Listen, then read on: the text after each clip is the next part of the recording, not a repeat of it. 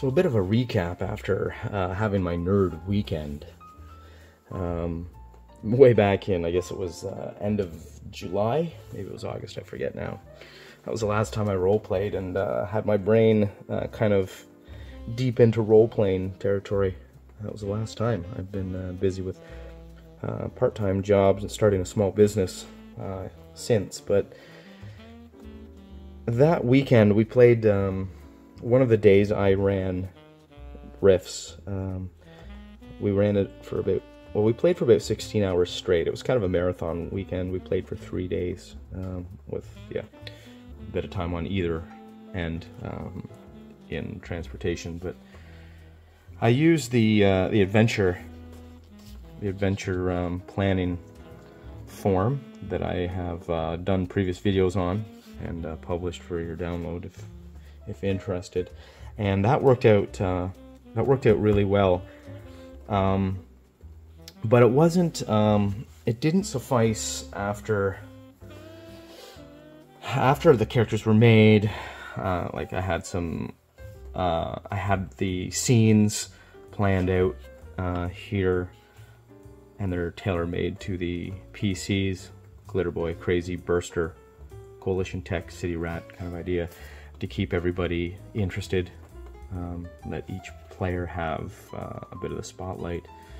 There's challenges for each of their, specific skill sets. So that was nice to have planned out. But then when before I sat down to actually run the game, I found myself reaching for these. I brought with me my index cards, and I took the scenes and I wrote out just a few stats for the monsters or whatever the challenge was in that scene, and then just kind of stacked them up and had them ready to go, because I didn't want to necessarily play them, in a certain order.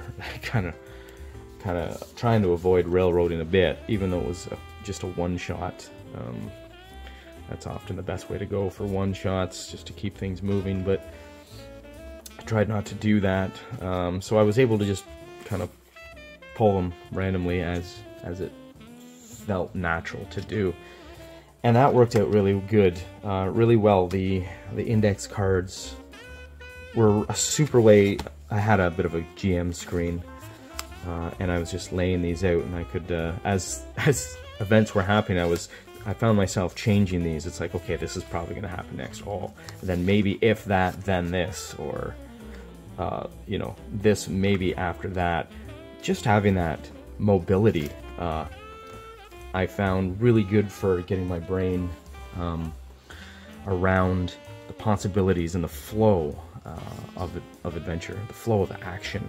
Something that I can't do with something like this form, or I'm really fond of using my small notebook, and that's great format, but again, you can't move things around. I'm flipping pages. I find that annoying, flipping back and forth during a scene to get a bad guy's stat block from 5 pages previous, and then flipping to the page with the stats for the scene. No good.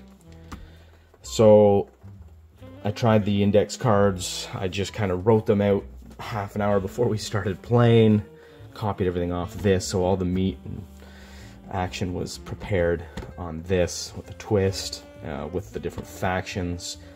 Threw it onto my index cards, and we rocked it for about 16 hours straight, with a couple hour stops for food. On there, like I said, was scenes and factions, entities, whatever, not necessarily factions, but one was, for instance, was the Coalition platoon that shows up. Another one was a group of dimensional beings, and a third was, I had Psy Stalkers, as well as some roving insectoid monsters that were just, I was reusing that card over and over as they kept kind of randomly being encountered throughout the ruins. So that success and enjoyment of using those cards has led me to delve a little deeper into the idea. And so I've gone and bought a pack of color-coded index cards, and now I'm enjoying writing adventure stuff down on just the cards. I like these prompts. These are super, and I'll probably, at least for the time being, continue to use this matrix, especially. I like these too, with the timers. But I am finding that I can throw down a card, a bite-sized idea throughout the day I can reach for. So I'm sitting, you know, working at my desk, and I'll grab a card if I have an idea. I had an idea. I wanted to troll, the old troll under a bridge scenario.